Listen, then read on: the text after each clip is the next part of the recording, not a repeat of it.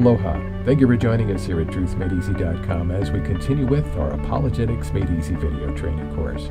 In this segment, Someone, No One, we will learn the identity of the beginner of the universe. Ooh, sounds like a trailer for a mystery movie, doesn't it? Who is the beginner?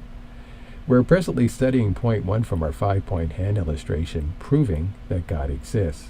As we'll see in this video, proving God's existence is tied in part with the design of the universe and the Big Bang fireball explosion that we talked about in our last video. In that video, we saw that there are 5 lines of evidence that Norm Geisler and Frank Turek provide for us in the book, I Don't Have Enough Faith to Be an Atheist, that point to the beginning of the universe.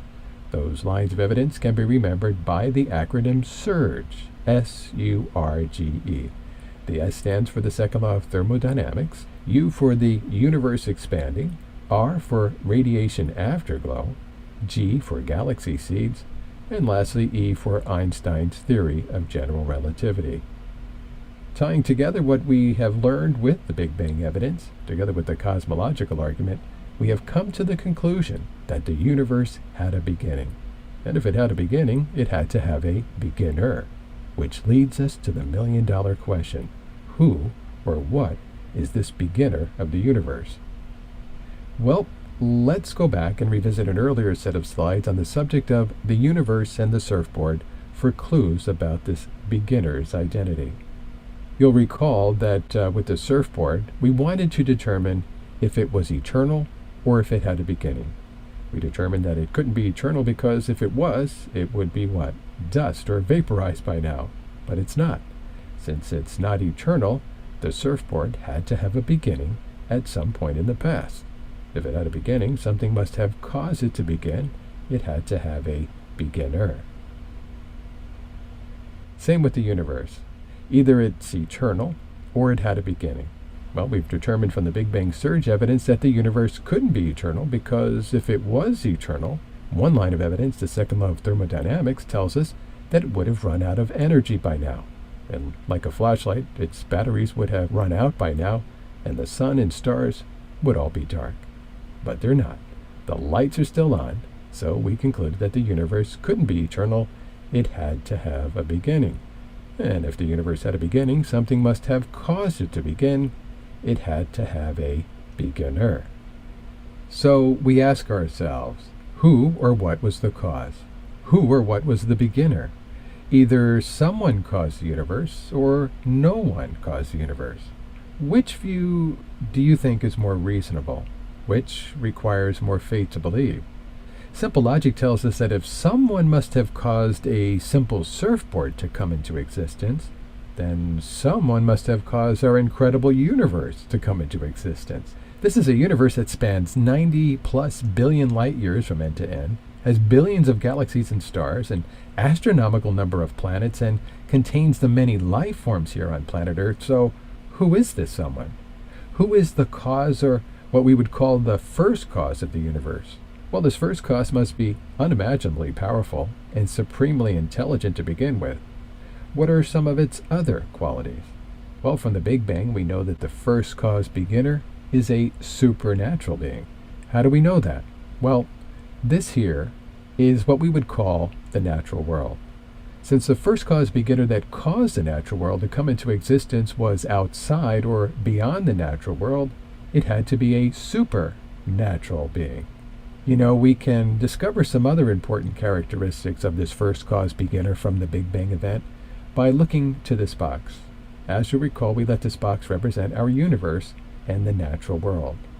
And contained within this box, within the universe, is time, matter, and space, together with the galaxies, planets, stars, and living things, or what we would call, again, our natural world.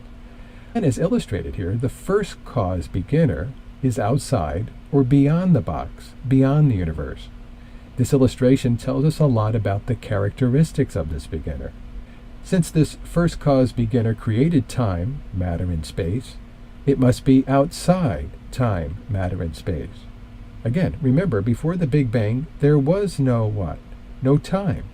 There was no matter, and there was no space. And since this first cause beginner created time, it must be timeless.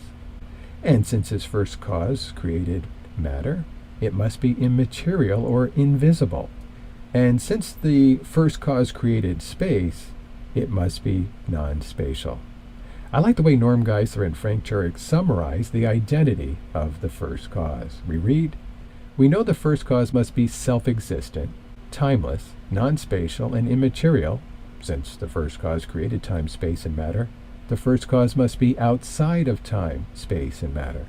In other words, he is without limits or infinite, unimaginably powerful to create the entire universe out of nothing, supremely intelligent to design the universe with such incredible precision, personal in order to choose to convert a state of nothingness into the time, space, material universe, and impersonal force has no ability to make choices. These characteristics of the first cause are exactly the characteristics theists ascribe to God. Again, these characteristics are not based on someone's religion or subjective experience. They are drawn from the scientific evidence. So we see that the characteristics of the supernatural first cause beginner are the very same characteristics used to describe the God of the Bible. And the events of the beginning of the universe closely parallel those of the Genesis 1:1 biblical account of the creation of the world. In the beginning, God created the heavens and the earth. Since we're on the topic of science as it relates to the biblical account of the creation, I think you'll find this quote by the late Robert Jastrow to be very interesting. Keep in mind that these are the words of an astronomer, physicist, and cosmologist. He comments, "I am an agnostic when it comes to religious matters." Now we see how the astronomical evidence leads to a biblical view of the origin of the world. The details differ, but the essential elements in the astronomical and biblical accounts of Genesis are the same. The chain of events leading to man commenced suddenly and sharply at a definite moment in time, in a flash of light and energy. Wow, that's a very interesting observation, wouldn't you agree? Well, that wraps up our first argument for the existence of God, the cosmological argument. Simplified, since the universe had a beginning, it had to have a beginner. With that, we'll move the images of the surfboard, universe, flashlight, and batteries down here, alongside some other images that we'll be using in our future videos for the teleological and moral law arguments.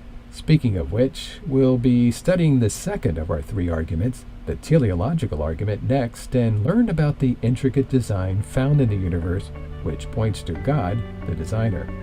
That's next in our video, the teleological argument, design of the universe.